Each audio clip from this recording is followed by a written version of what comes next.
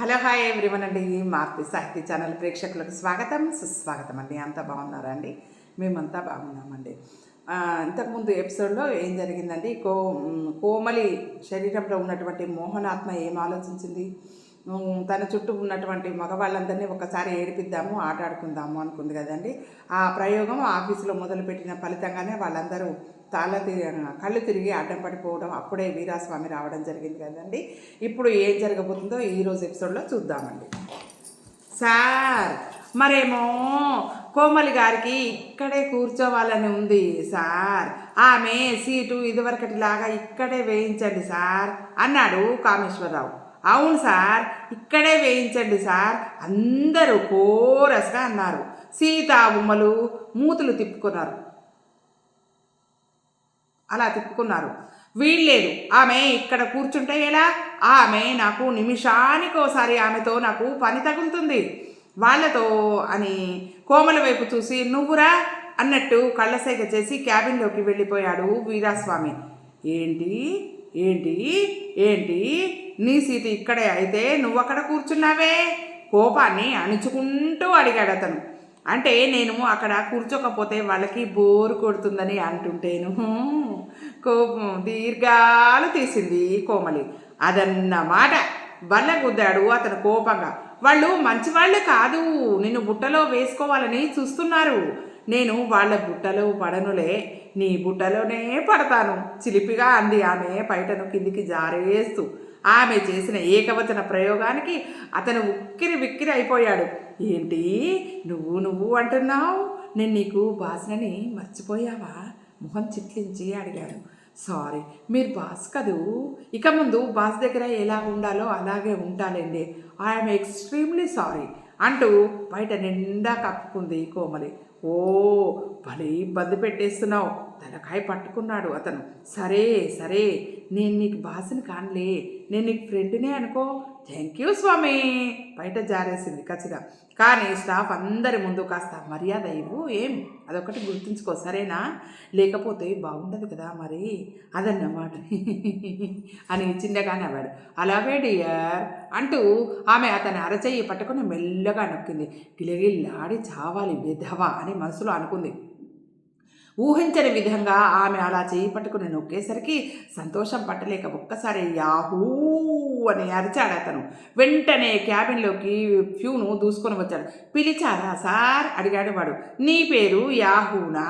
పళ్ళు కొరికాడు అతను వీరాస్వామి. కాదు సార్. మరెందుకు వచ్చావు? వెళ్ళా బల్ల గుద్దుతూ అరిచాడు వీరాస్వామి. సారీ సార్ ప్యూను వెళ్ళిపోయాడు. అప్పుడే కోమలి టేబుల్ కింద నుండి కాలు చాపి వీరాస్వామి పాదం మీద తన పాదం వేసి నొక్కింది. అతను మళ్ళీ గట్టిగా యాహూ అని అరవబోయి మరోసారి ఎవరైనా వస్తారేమో అనుకొని కేక నోటి నుండి బయటకు రాకుండా నోటిని రెండు చేతులతో గట్టిగా మూసుకున్నాడు. ఇంతలో ఫోన్ మోగింది. రిసీవర్ ఎత్తి హలో అన్నాడు అతను. ఒరే వీరిగా అంది అవతలి గొంతు. అతను ఉలిక్కి పడ్డాడు. ఎవరు తడబడుతూ అడిగాడు. నువ్వు వీరాస్వామివే కదూ అడిగింది అవతలి గొంతు.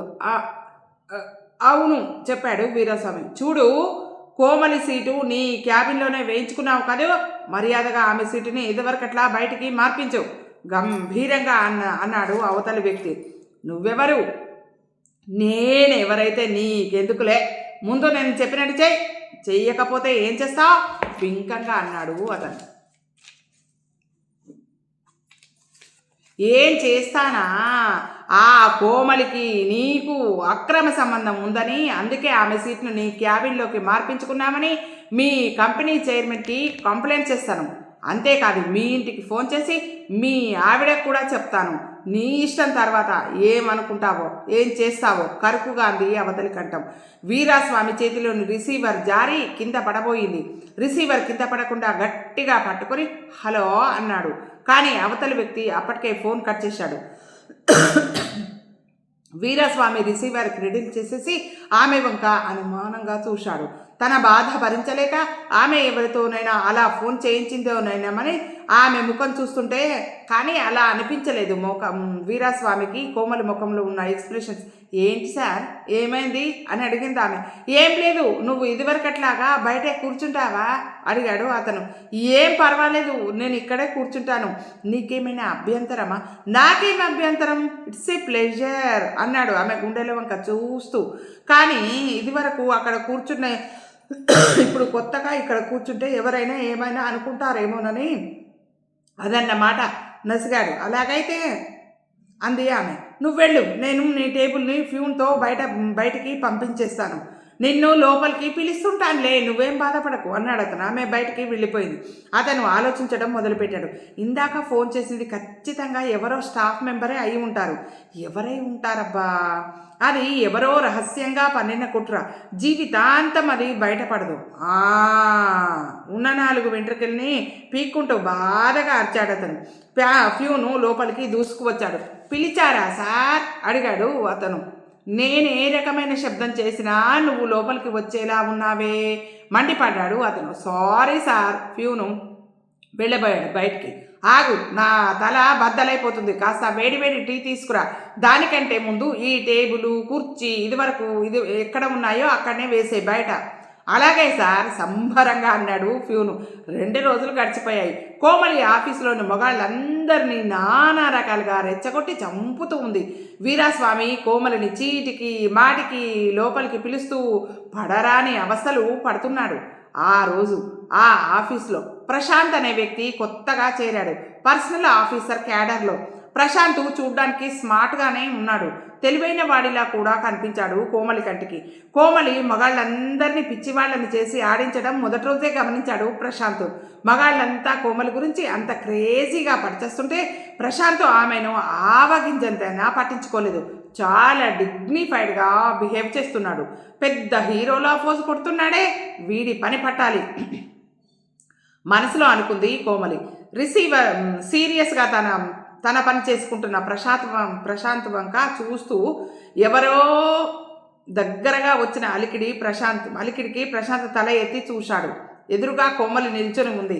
కూర్చోవచ్చా అని అడుగుతూ అతని ఎదురుగా కూర్చుంది కోమలి. కూర్చున్నాక అడిగితే నేనేం చెప్పను అన్నాడు ప్రశాంత్ రాస్తున్న పెన్ను పక్కన పెట్టి. నేను కూర్చోకపోతే వద్దని అనేవాళ్ళ ఏంటి అడిగింది ఆమె. ప్రశాంత్ నవ్వి ఊరుకున్నాడు. అది మనస్ఫూర్తిగా నవ్విన నవ్వు కాదు, మొక్కుబడిగా నవ్విన నవ్వు. ఆమె పద్ధతి ఏమీ అతనికి నచ్చడం లేదు. చెప్పండి, ఈ వేళైనా ఏమైనా ఫ్రీగా ఉన్నారా లేదా అని అడిగింది ఆమె. దేనికి అని కొత్తగా అడుగుతారే? నిన్న రమ్మంటే తలనొప్పిగా ఉందని అన్నారు, మొన్నేమో అర్జెంటు పని ఉందని అన్నారు. కనీసం ఈ వేళైనా నాతో పాటు ఏదైనా రెస్టారెంట్కి వస్తారా లేదా? ప్రశాంత్ ఇబ్బందిగా మొహం పెట్టాడు. ప్లీజ్, ఈ వేళేం కారణాలు వెతకండి, నన్ను తప్పించుకోవడానికి ఏదైనా కారణం చెప్పినా నేను అస్సలు ఒప్పుకోను, మీరు సరేనని అనాల్సిందే అంది కోమలి. ప్రశాంత్ ఒక్క క్షణం ఆలోచించి సరే అన్నాడు. ఆ రోజు కాదన్నా మర్నాడైనా మళ్ళీ తనని ఆమె జిడ్డులా పట్టుకుంటుందని తెలుసు, సరేనని అన్నాడు. అసలు ఆమె ఉద్దేశం ఏమిటో తెలుసుకుందామని మాత్రం ఒప్పుకున్నాడు. దూరం నుండి వాళ్ళిద్దరిని గమనిస్తున్న చలపతి కామేశ్వరరావులు గింజుకొని చస్తున్నారు. ఇది వాడికేదో ఫిట్టింగ్ పెట్టింది, వాడేమో సరేనని బుర్రకాయ ఊపుతున్నాడు అన్నాడు కామేశ్వరరావు పళ్ళు నూరుతూ. మనము ఇక్కడ రెడీగా ఉంటే మనల్ని కాదని నాకొద్దు బాబోయ్ అన్నవాడి వెనకాల పడుతుంది ఏమిటి, దీని సిగ తరగా అనుకున్నాడు ముక్కు రుద్దుకుంటూ చలపతి. పోనీ మనం కూడా దాన్ని దులపరించుకొని పోదాం, అందుకే అది అప్పుడే కానీ మన వెనకాల పడదు. వద్దు బాబోయ్, నేను మాత్రం ఆ పని చేయను, కావాలంటే నువ్వలా చేయి, మన అవతారాలే అంతంత మాత్రం, దులపరిస్తే ఇప్పుడు మాట్లాడే 1-6 మాటలు కూడా మాట్లాడదు అన్నాడు చలపతి ముక్కును రుద్దుకుంటూ. సర్లే, మనకి మంచి రోజులు రాకపోతాయా, అది మనతోనూ గుసగుసలాడకపోతుందా? కూసింత ఆత్మవిశ్వాసంతో అనుకున్నారు. ఇక్కడ ఇలా ఉంటే అక్కడ వీరాస్వామి క్యాబిన్లో. ఆహా, అలాగా, అదన్న మాట ముక్కు మీద వేలేసుకుని ఆశ్చర్యంగా అన్నాడు వీరాస్వామి.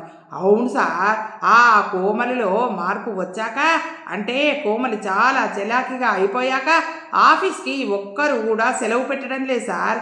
సెలవేంటి సార్, ఒక్కరు కూడా ఆఫీస్కి ఆలస్యంగా రావడమే లేదు అన్నాడు ఫ్యూన్. అబ్బా, వీళ్ళతో పెద్ద చావొచ్చి పడిందయ్యా బాబు. తలకాయని 2 చేతులతో పట్టుకున్నాడు వీరాస్వామి. ప్యూను వీరాస్వామి వంక వింతగా చూశాడు. అదేంటి సార్, ఆఫీస్కి సెలవు పెట్టకుండా అందరూ టంచన్గా టైంకి వస్తే మంచిదే కదా సార్ అన్నాడు. వీరాస్వామికి తను తప్పుగా ఏం మాట్లాడాడో అర్థమైపోయింది. అందుకని గలగలా నవ్వేశాడు. అంటే అలవాట్లో పొరపాటుగా అలా అనేశానన్నమాట. కింద స్టాఫ్ ఏం చేసినా బాస్కి నచ్చదు కదా, అదన్నమాట. అలవాట్లో పొరపాటుగా అలా మాట్లాడాను అంతే అన్నవాడు. మనసులో మాత్రం ఫ్యూన్ని చెడా మడా తిట్టుకున్నాడు. విధవ సందేహాన్ని వచ్చినందుకు. సార్, ఆఫీస్కి రెగ్యులర్గా రావడమే కాదు సార్, ఇంకా చాలా చాలా గమ్మత్తులు చేస్తున్నారు సార్ వాళ్ళు రహస్యంగా అన్నాడు ఫ్యూన్. ఏంటి ఏంటి ఏంటి ఏంటి ఏంటి చేస్తున్నారు కుతూహలంగా అడిగాడు వీరాస్వామి. ఇది వరకు చలపతి గాడి బుర్రకాయ ఎలా ఉండే సార్? ఎలా ఉండేది? చీకి పారేసిన చెరుకు రసము మామిడి పండు టెంకలా ఉండేదా లేదా సార్? ఇప్పుడు చూడండి ఎంత శ్రద్ధగా తల దువ్వుకొని వస్తున్నాడా. గంభీరంగా తల ఊపాడు వీరాస్వామి. ఆ కామేశ్వరరావు ఎప్పుడు నలిగిన బట్టలు వేసుకుని వచ్చేవాడు. ఇప్పుడు ఫుల్ ఇస్త్రీ ఉన్న బట్టలు వేసుకుని తప్ప ఆఫీస్కి రావడం లేదు. ఇస్త్రీ బట్టలు ఉంటేనే ఆఫీస్కి వస్తున్నాడు. ఇదంతా కోమల మహత్యం సార్. ప్రతి ఒక్కడు గెటప్లు మార్చేస్తున్నాడు. వీరాస్వామి సీట్లో ఇబ్బందిగా కదిలాడు.